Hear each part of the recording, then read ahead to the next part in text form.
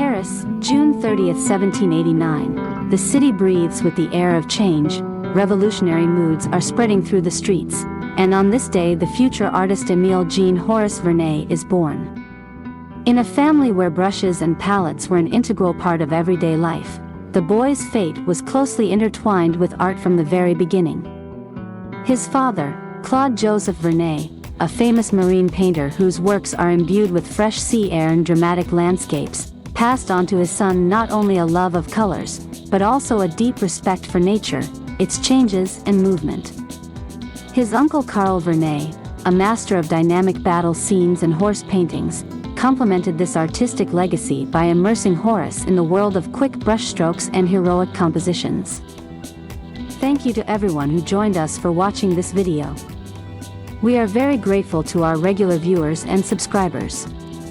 It is only thanks to you that we can popularize art and develop the channel. For those who have not yet subscribed, please subscribe and join our community, and for those who have already subscribed, I invite you to become a sponsor of the channel and contribute to the promotion of art in the modern world. On my own behalf, I would like to note that sponsors always have early access to new videos and exclusive videos that YouTube considers too explicit for the general format. Vernet's house was a real art studio. Here, among the aromas of turpentine and linseed oil, little Horace seemed to have been born with a brush in his hands.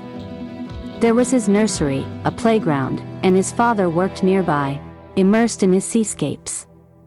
Daily observations of his father and uncle's work influenced his imagination, shaped his sense of composition and dynamics. From an early age, Horace absorbed the technique and inspiration that surrounded him from all sides. In his father's studio, he watched paintings being born, how shadows and light play, how oil paints become alive on the canvas. Claude Joseph's lessons were strict but very important: composition, perspective, working with tone and color. Carl added emotionality to the training, explaining to young Vernet how to convey movement and energy on canvas.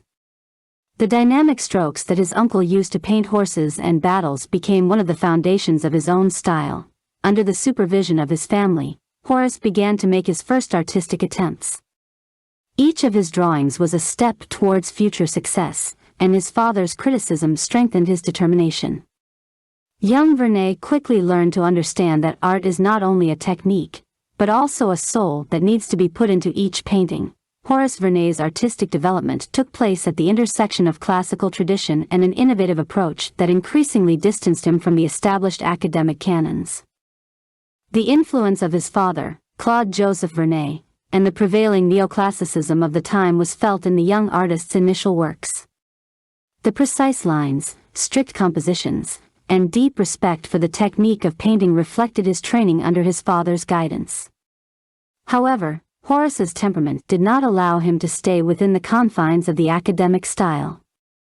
His rebellious nature and desire to capture reality as it is without embellishment made his work unique. Already in 1812, at the age of 23, Horace Vernet made a name for himself on the Parisian art scene with the Battle of Montmirail.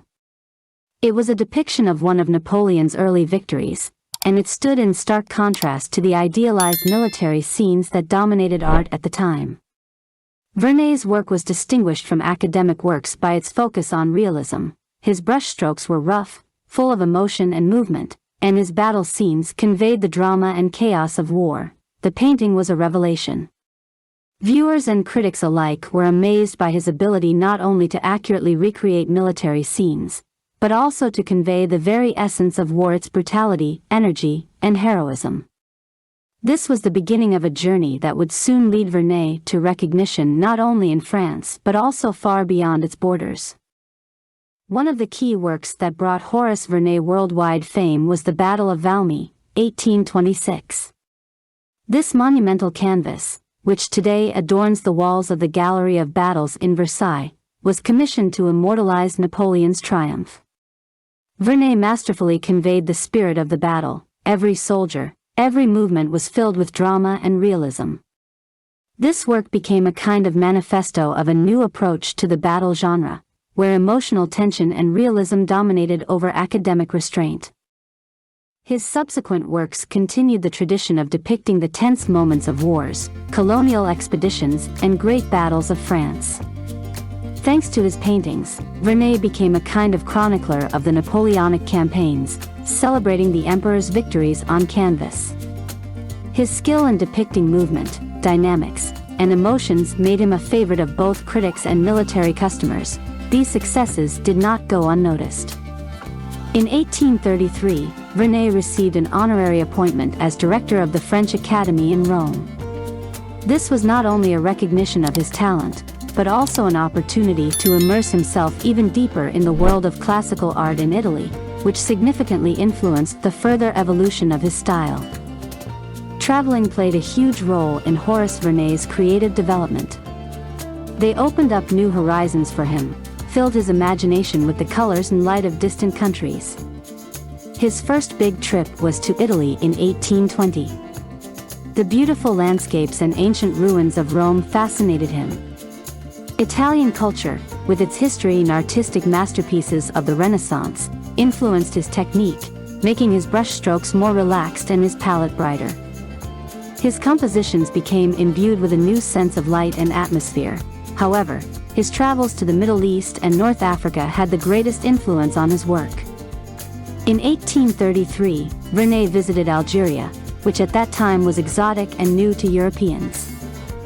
These lands captured his imagination with their bright colors, unusual landscapes, and rich culture. He returned with numerous sketches and ideas that are reflected in his Orientalist works. One of the most famous of these works is The Arab Tale Teller, 1833. This canvas transported viewers to the world of Oriental bazaars, where the intricate details of clothing, the atmosphere of exotic lands, and the rhythm of life are skillfully conveyed. Vernet's Orientalist subjects became so popular that his works were widely recognized by collectors and critics alike.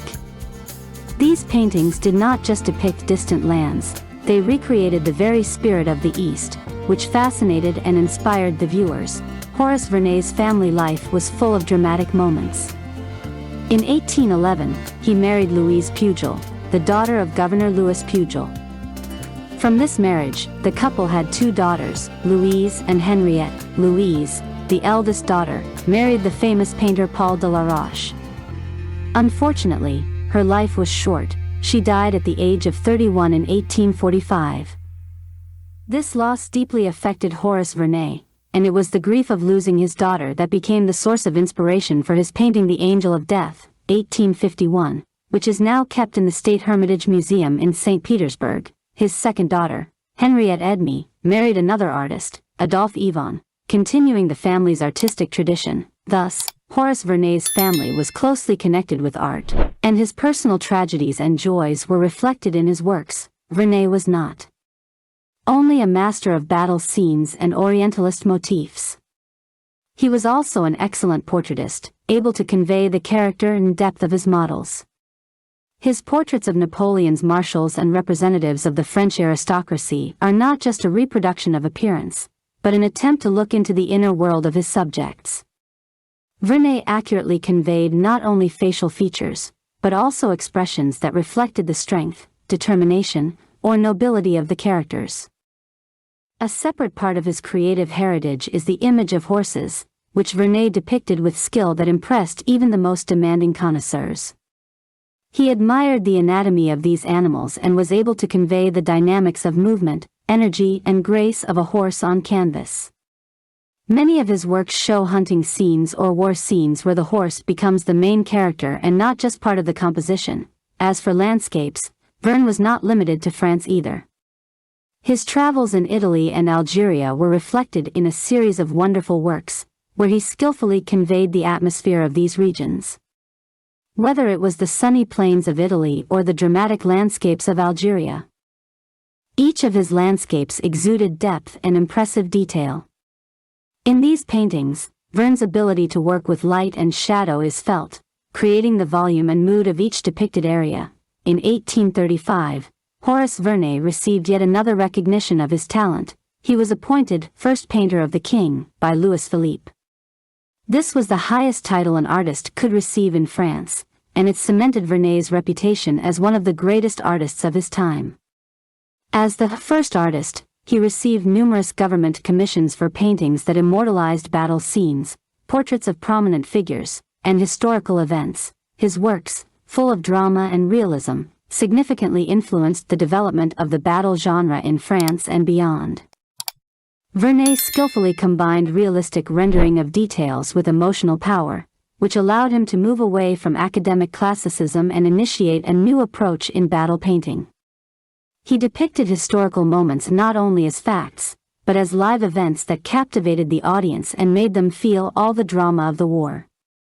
It was a transition to a freer, more individual style that paved the way for subsequent generations of artists. The death of Horace Vernet on January 17, 1863 was a great loss for the world of art. He left behind a huge creative legacy. His paintings decorate museums, palaces, and private collections around the world. From battle canvases to portraits and landscapes, his works are noted not only for artistic skill, but also for depth of emotion and historical accuracy. His works remain invaluable sources for the study of the culture and history of that era. Horace Vernet remains one of the most outstanding masters of the battle genre in the history of art. His ability to combine dynamism, realism, and deep emotional tension made his works unique. He managed to go beyond the classical canons, creating paintings that spoke the language of his time and reflected real events as they were perceived by contemporaries. His creative legacy had a significant impact on the historical and cultural environment of France. His works remain important not only as artistic masterpieces, but also as historical documents reflecting the spirit and events of the era of the Napoleonic Wars, colonial conquests, and French society. Vernet left behind a huge number of canvases that continue to inspire artists and captivate viewers around the world today.